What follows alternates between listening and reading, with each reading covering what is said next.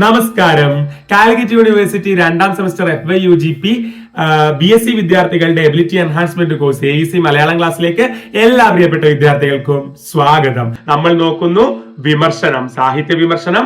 നമ്മൾ ഇനി നോക്കാൻ പോകുന്നത് MN വിജയൻ സാറിനെ കുറിച്ചാണ്. ഈ വീഡിയോയോട് കൂടി നമുക്ക് വിമർശനം എന്ന് പറയുന്ന ആ മൊഡ്യൂൾ തന്നെ, അല്ലെങ്കിൽ വിമർശകർ സാമാന്യ പരിചയം, ആ ഭാഗം നമുക്ക് എന്ത് ചെയ്യാം, അവസാനിപ്പിക്കാം. ഈ 1-2 ലേഖനങ്ങളെ ആ മൊഡ്യൂളിൽ ബാക്കി ഉണ്ടാവൂ. അപ്പോൾ നോട്ട്സ് വേണമെങ്കിൽ താഴെ കാണുന്ന കമന്റ് ബോക്സിൽ പിൻ ചെയ്ത് വെച്ചിരിക്കുന്ന ആ ലിങ്ക് ഉണ്ടല്ലോ, അതിൽ ജോയിൻ ചെയ്തോളൂ. ഗ്രൂപ്പാണ്, അതിൽ ജോയിൻ ചെയ്ത് കഴിഞ്ഞാൽ നിങ്ങൾക്ക് നോട്ട്സ് കിട്ടും ഇതിന്റെ. അപ്പോ ആരായിരുന്നു MN വിജയൻ? അദ്ദേഹത്തിന്റെ വിമർശന പദ്ധതി എങ്ങനെയായിരുന്നു?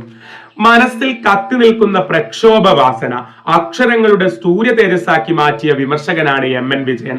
ആരാണ് MN വിജയൻ? അദ്ദേഹത്തിന്റെ മനസ്സിൽ കത്തി നിൽക്കുന്ന പ്രക്ഷോഭത്തിനുള്ള വാസന അക്ഷരങ്ങളുടെ സൂര്യ തേജസ്സാക്കി മാറ്റിയ വിമർശകനാണ് ആര്?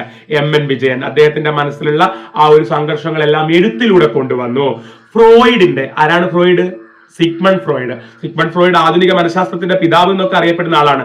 അപ്പോ ഫ്രോയിഡിന്റെ മനഃശാസ്ത്ര സിദ്ധാന്തങ്ങളുടെ ശക്തമായ സ്വാധീനം MN വിജയന്റെ നിരൂപണത്തിൽ കാണാം. പ്രതീക്ഷിക്കാം വൺ വേർഡിനൊക്കെ കേട്ടോ.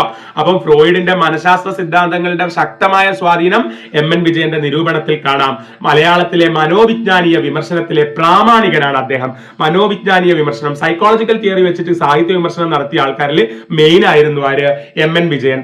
വ്യക്തിയുടെയും സാഹിത്യത്തിന്റെയും ബാഹ്യ ആഭ്യന്തര ലോകങ്ങളിലേക്ക്, വ്യക്തിയുടെയും സാഹിത്യത്തിന്റെയും ബാഹ്യ, പുറത്തുള്ള ആഭ്യന്തര ഉള്ളിലുള്ള ഈ ലോകങ്ങളിലേക്ക് കണ്ണയക്കുന്ന സാഹിത്യ കൃതികൾ വിലയിരുത്താൻ മാനവികാപഗ്രഥന തത്വങ്ങൾ ഫലപ്രദമായി പ്രയോഗിച്ചു നോക്കി അദ്ദേഹം. അപ്പോ ശരിക്കും വ്യക്തിയുടെയും സാഹിത്യത്തിന്റെയും ഒക്കെ ബാഹ്യ ആഭ്യന്തര ലോകങ്ങളിലേക്ക് കണ്ണയക്കുന്ന സാഹിത്യ കൃതികള് വ്യക്തിയുടെയും അതുപോലെ തന്നെ സാഹിത്യത്തിന്റെ ഒക്കെ പുറത്തും ഉള്ളിലൊക്കെ കയറി ചിന്തിക്കുന്ന അല്ലെങ്കിൽ ചിന്തിപ്പിക്കുന്ന സാഹിത്യ കൃതികൾ വിലയിരുത്താൻ വേണ്ടി അദ്ദേഹം ഈ മാനസിക അപഗ്രഥന തത്വങ്ങളൊക്കെ ഫലപ്രദമായി പ്രയോഗിച്ചു നോക്കി എന്നാണ് പറയുന്നത്. മാർക്സിയൻ സമൂഹ ചിന്തയും ഫ്രോയിഡിന്റെ വ്യക്തിചിന്തയും ഒരേ ജൈവ സ്വഭാവത്തിൽ 2 ഘടകങ്ങൾ എന്ന നിലയിൽ അവയെ സംയോജിപ്പിച്ചുകൊണ്ടുള്ള നിരൂപണ പദ്ധതിയാണ് MN വിജയന്റേത്. MN വിജയന്റെ നിരൂപണ പദ്ധതി എങ്ങനെയാണ്? മാർക്സിയൻ സമൂഹ ചിന്തയും സിഗ്മണ്ട് ഫ്രോയിഡിന്റെ വ്യക്തിചിന്തയും ഒരേ ജൈവ സ്വഭാവത്തിന്റെ 2 ഘടകങ്ങൾ എന്ന നിലയിൽ അവയെ സംയോജിപ്പിച്ചുകൊണ്ടുള്ള നിരൂപണ പദ്ധതിയാണ് MN വിജയന്റേത്. നിങ്ങൾ സിഗ്മണ്ട് ഫ്രോയിഡിനെ ഒക്കെ നിങ്ങൾക്ക് അവസരം കിട്ടുമെങ്കിൽ വായിക്കുക, നല്ലതായിരിക്കും. ഈ നമ്മുടെ സിഗ്മണ്ട് ഫ്രോയിഡ് നമ്മുടെ ചിന്തകളെയൊക്കെ 3ആയിട്ടൊക്കെ തിരിക്കുന്നുണ്ട്, അല്ലെങ്കിൽ ബ്രെയിനിന്റെ ഘടനയൊക്കെ 3ആയിട്ട് തിരിക്കുന്ന കേസൊക്കെ ഉണ്ട്. ഇപ്പോ ഈഗോ, സൂപ്പർ ഈഗോ എന്ന് പറയുന്ന സങ്കല്പങ്ങള്, അതേപോലെ പിന്നെ ബോധ മനസ്സ്, അബോധ മനസ്സ്, ഉപബോധ മനസ്സ് സങ്കല്പങ്ങള്. പിന്നെ അവിടെ സിഗ്മണ്ട് ഫ്രോയിഡിന്റെ സൈക്കോളജിയിൽ മനോലൈംഗിക വികാസ ഘട്ടങ്ങൾ എന്ന് പറഞ്ഞിട്ട് കുട്ടിയുടെ വളർച്ചാ സ്റ്റേജിനൊക്കെ കാണിക്കുന്ന പഠനങ്ങളുണ്ട്. അതായത് പിന്നെ ഫാലിക് സ്റ്റേജ്, ഓറൽ സ്റ്റേജ് എന്നൊക്കെ പറഞ്ഞിട്ട്, പിന്നെ ലാറ്റൻസി സ്റ്റേജ് എന്നൊക്കെയുള്ള സ്റ്റേജസ് ആയിട്ടൊക്കെ പഠിക്കുന്നുണ്ട്. അപ്പൊ നിങ്ങൾ പറ്റുമെങ്കിൽ ഈ സിഗ്മണ്ട് ഫ്രോയിഡിനൊക്കെ വായിച്ചു നോക്കുന്നതാണെങ്കിൽ നിങ്ങൾക്ക് ജീവിതത്തിൽ ഗുണം ചെയ്യും.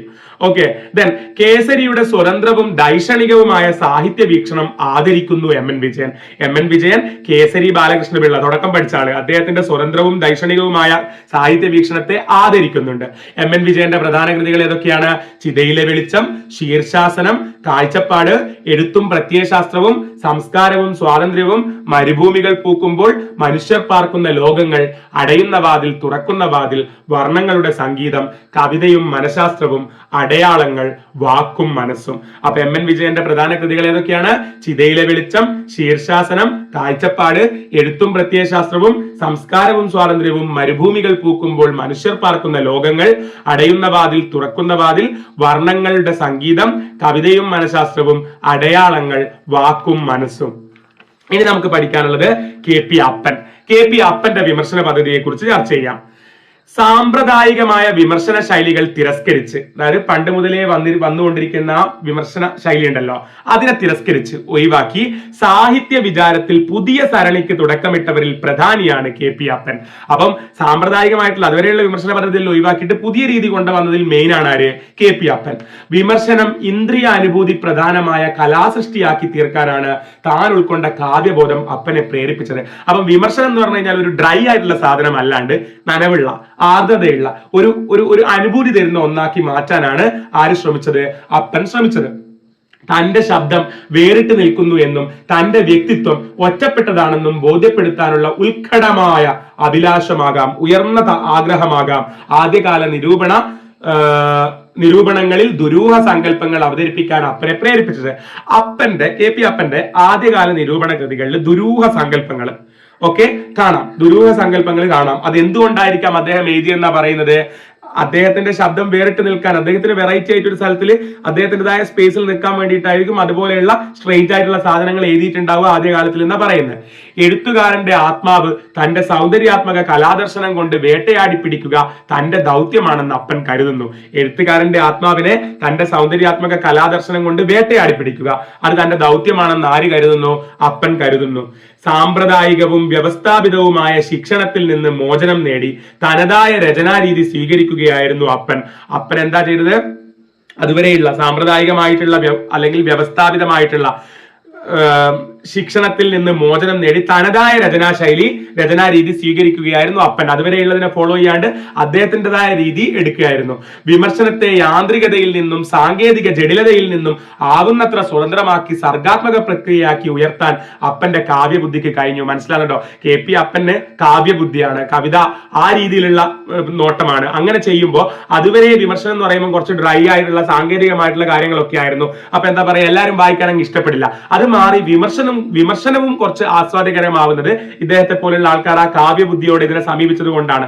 കുറച്ച് ഭംഗിയുള്ള ഭാഷയിലൊക്കെ എഴുതിയിട്ടാണ്.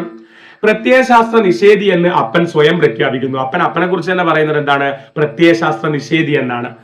മറ്റുള്ളവർ ഉൾക്കൊള്ളുകയോ നിരാകരിക്കുകയോ എന്തു ആകട്ടെ, അല്ലെ, പറയുന്നവർ എന്തും പറഞ്ഞോട്ടെ, അനുകൂലിക്കോ അല്ലെങ്കിൽ ഒഴിവാക്കോ എന്ത് വേണമെങ്കിലും ചെയ്തോട്ടെ, സാഹിത്യ കലാവിഷയങ്ങളിൽ തനിക്ക് അഭിപ്രായമുണ്ടെന്നും അത് വ്യക്തമാക്കുക തന്റെ സ്വാതന്ത്ര്യമാണെന്നും സ്ഥാപിക്കാൻ അപ്പന് സാധിച്ചു. കേൾക്കുന്നവർ എന്തും പറഞ്ഞോട്ടെ, സാഹിത്യ വിഷയങ്ങളിൽ എനിക്കൊരു അഭിപ്രായമുണ്ട്, അത് സ്ഥാപിക്കുക എന്നുള്ളത് എന്താണ്? എന്റെ സ്വാതന്ത്ര്യമാണ്, അല്ലെങ്കിൽ അത് വ്യക്തമാക്കുക എന്നുള്ളത് എന്റെ സ്വാതന്ത്ര്യമാണ് എന്ന് അപ്പൻ വിശ്വസിച്ചു. KP അപ്പന്റെ സാഹിത്യ ചിന്തകൾ സാമ്പ്രദായിക വിമർശന പദ്ധതികളെ ഉലയ്ക്കുകയും നവീന വിമർശനത്തിന്റെ ദാർശനികവും സൗന്ദര്യാധിഷ്ഠിതവുമായ വഴി വിശാലമാക്കുകയും ചെയ്തു. അപ്പൊ KP അപ്പനെ പോലുള്ള ആൾ വന്നിട്ട് സാഹിത്യ വിമർശനം നടത്തിയപ്പോഴത്തേക്ക് അതുവരെയുള്ള പഴയ ചിന്തകളെ, പഴയ വിമർശന പദ്ധതികളെ എന്ത് ചെയ്തു? അത് ഉലച്ചു. KP അപ്പന്റെ പുതിയ സരണി വന്നപ്പോഴത്തേക്ക് നവീന വിമർശനത്തിന്റെ, പുതിയ വിമർശനത്തിന്റെ ദാർശനികവും സൗന്ദര്യാധിഷ്ഠിതവുമായ വഴി വിശാലമാക്കുകയും ചെയ്തു. ഇനി ഏതൊക്കെയായിരുന്നു KP അപ്പന്റെ പ്രധാന കൃതികൾ? ക്ഷോഭിക്കുന്നവരുടെ സുവിശേഷം, കലഹവും വിശ്വാസവും, വരകളും വർണ്ണങ്ങളും, മലയാള ഭാവന, മൂല്യങ്ങളും സംഘർഷങ്ങളും, തിരസ്കാരം, ചരിത്രത്തെ നിങ്ങൾക്കൊപ്പം കൂട്ടുക, മാറുന്ന മലയാള നോവൽ, കലാപം, വിവാദം, വിലയിരുത്തൽ, പേനയുടെ സമരമുഖങ്ങൾ, സമയപ്രവാഹവും സാഹിത്യകാരനും, കഥ, ആഖ്യാനവും അനുഭവ സത്യയും, ഇന്നലകളിലെ അന്വേഷണ പരിശോധനകൾ, ഉത്തരാധുനികത, ചരിത്രവും വംശാവലിയും. ഏതൊക്കെയാണ് അപ്പന്റെ പ്രധാന കൃതികള്? ക്ഷോഭിക്കുന്നവരുടെ സുവിശേഷം, കലഹവും വിശ്വാസവും, വരകളും വർണ്ണങ്ങളും, മലയാള ഭാവന, മൂല്യങ്ങളും സംഘർഷങ്ങളും, തിരസ്കാരം, ചരിത്രത്തെ നിങ്ങൾക്കൊപ്പം കൂട്ടുക, മാറുന്ന മലയാള നോവൽ, കലാപം, വിവാദം, വിലയിരുത്തൽ, പേനയുടെ സമരമുഖങ്ങൾ, സമയപ്രവാഹവും സാഹിത്യകാരനും, കഥ, ആഖ്യാനവും അനുഭവ സത്യയും, ഇന്നലകളിലെ അന്വേഷണ പരിശോധനകൾ, ഉത്തരാധുനികത, ചരിത്രവും വംശാവലിയും. ഇനി നമുക്ക് പഠിക്കാനുള്ള ലാസ്റ്റ് നിരൂപകൻ, അവസാനത്തെ ആള് വി രാജകൃഷ്ണൻ. നോക്കിക്കോളൂ. ആത്മനിഷ്ഠവും അന്തർമുഖവുമായ സമീപനമാണ് നവവിമർശകരിൽ ഒരാളായ ഡോക്ടർ വി രാജകൃഷ്ണൻ സ്വീകരിച്ചിട്ടുള്ളത്. അപ്പൊ നവവിമർശകർ, പുതിയ വിമർശകരിൽ ഒരാളാണ് ആര്? Doctor V Rajakrishnan. അദ്ദേഹത്തിന്റെ ശൈലി എങ്ങനെയായിരുന്നു? ആത്മനിഷ്ഠമാണ്. പിന്നെയോ അന്തർമുഖമാണ്. അന്തർമുഖവുമായ, ഇൻട്രോവേർട്ട് എന്ന് പറയും അന്തർമുഖൻ. അപ്പൊ ആത്മനിഷ്ഠവും അന്തർമുഖവുമായ സമീപനമാണ് നവവിമർശകരിൽ ഒരാളായ ഡോക്ടർ വി രാജകൃഷ്ണൻ സ്വീകരിക്കുന്നത്. കാൽപ്പനിക സൗകുമാര്യത്തിൽ നിഷേധാത്മക ജീവിതത്തിന്റെ ദുരന്തം കണ്ടെത്താനാണ് അദ്ദേഹത്തിന് കൗതുകം. കാൽപ്പനിക സൗകുമാര്യത്തിൽ നിഷേധാത്മക ജീവിതത്തിന്റെ ദുരന്തം കണ്ടെത്താനാണ് അദ്ദേഹത്തിന്റെ കൗതുകം. വിഷാദാത്മകത കലാപരമായ സൃഷ്ടിയാണെന്ന് വിശ്വസിക്കുന്ന രാജകൃഷ്ണൻ എന്താ വിശ്വസിക്കുന്നത്? വിഷാദാത്മകത കലാപരമായ സൃഷ്ടിയാണെന്ന് വിശ്വസിക്കുന്നു. പരുക്കൻ ജീവിത യാഥാർത്ഥ്യങ്ങൾ അദ്ദേഹം മറന്നു കളയുന്നു, വിസ്മരിക്കുന്നു. മൂല്യനിഷേധവും അരാജകത്വവും ഒരു ജീവിത ദർശനമായി ഉയർത്തിക്കാട്ടാനുള്ള പ്രവണതയാണ് അദ്ദേഹത്തിനുള്ളത്. എന്താണ് മൂല്യനിഷേധം? മൂല്യങ്ങളെ നിഷേധിക്കുക, അരാജകത്വം, അനാർക്കി, ഇതിനെയൊക്കെ ഒരു ജീവിത ദർശനമായിട്ട് ഉയർത്തിക്കാട്ടാനുള്ള പ്രവണതയാണ് അദ്ദേഹത്തിനുള്ളത്. അതുകൊണ്ടൊക്കെ തന്നെയാണ് അദ്ദേഹത്തോട് എനിക്കെന്തോ യോജിപ്പില്ല.